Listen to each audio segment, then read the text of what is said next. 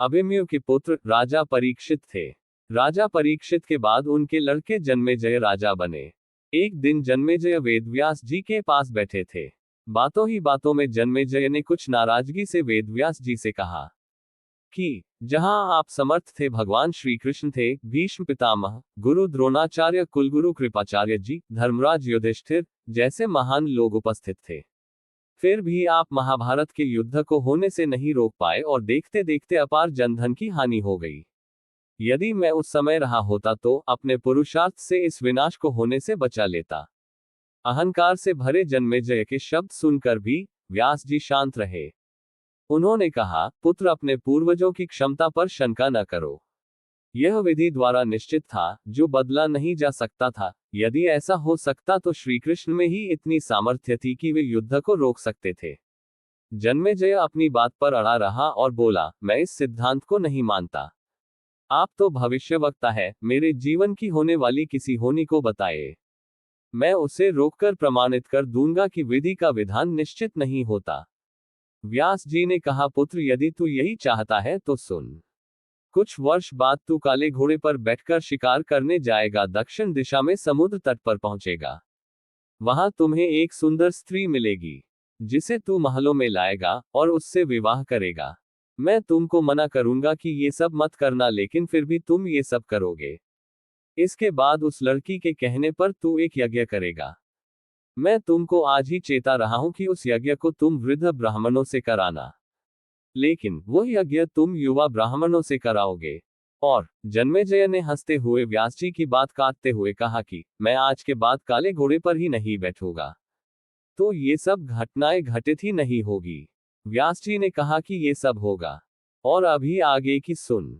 उस यज्ञ में एक ऐसी घटना घटित होगी कि तुम उस रानी के कहने पर उन युवा ब्राह्मणों को प्राण दंड दोगे, जिससे तुझे ब्रह्म हत्या का पाप लगेगा और तुझे कुष्ठ रोग होगा, और वही तेरी मृत्यु का कारण बनेगा। इस घटनाक्रम को रोक सको तो रोक लो। वेद व्यास जी की बात सुनकर जन्मेजय ने एहतियातवश शिकार पर जाना ही छोड़ दिया। परंतु जब होनी का समय आया तो उसे शिकार पर जाने की बलवती इच्छा हुई। उसने सोचा कि काला घोड़ा नहीं लूंगा, पर उस दिन उसे अस्तबल में काला घोड़ा ही मिला। तब उसने सोचा कि मैं दक्षिण दिशा में नहीं जाऊंगा, परंतु घोड़ा अनियंत्रित होकर दक्षिण दिशा की ओर गया और समुद्र तट पर पहुंचा। वहां पर उसने एक सुंदर स्त्री को देखा और उस पर मोहित हुआ। जन्मेजय ने सोचा कि इसे लेकर महल में तो जाऊंगा, लेकिन शादी नहीं करूंगा। परंतु उसे महलों में लाने के बाद उसके प्यार में पड़कर उससे विवाह भी कर लिया। फिर रानी के कहने से जन्मेजय द्वारा यज्ञ भी किया गया। उस यज्ञ में युवा ब्राह्मण ही रखे गए। किसी बात पर युवा ब्राह्मण रानी पर हंसने लगे। रानी क्रोधित हो गई और रानी के कहने पर राजा जन्मेजय ने उन्हें प्राणदंड की सजा दे दी। फलस्वरूप उसे कोढ़ हो गया। अब जन्मेजय घबरा गया और तुरंत व्यास जी के पास पहुंचा और उनसे जीवन बचाने के लिए प्रार्थना करने लगा। वेद व्यास जी ने कहा कि एक अंतिम अवसर तेरे प्राण बचाने का और देता हूं। मैं तुझे महाभारत में हुई घटना का श्रवण कराऊंगा, जिसे तुझे श्रद्धा एवं विश्वास के साथ सुनना है। इससे तेरा को मिटता जाएगा।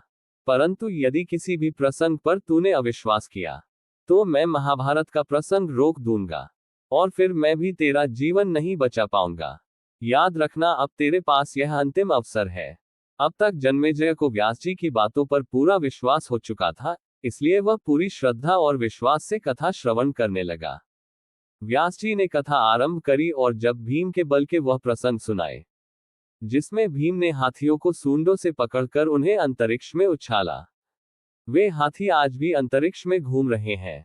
तब जन्मेजय अपने आप को रोक नहीं पाया और बोल उठा कि ये कैसे संभव हो सकता है, मैं नहीं मानता। व्यास जी ने महाभारत का प्रसंग रोक दिया और कहा कि पुत्र, मैंने तुझे कितना समझाया कि अविश्वास मत करना, परंतु तुम अपने स्वभाव को नियंत्रित नहीं कर पाए, क्योंकि यह होनी द्वारा निश्चित था।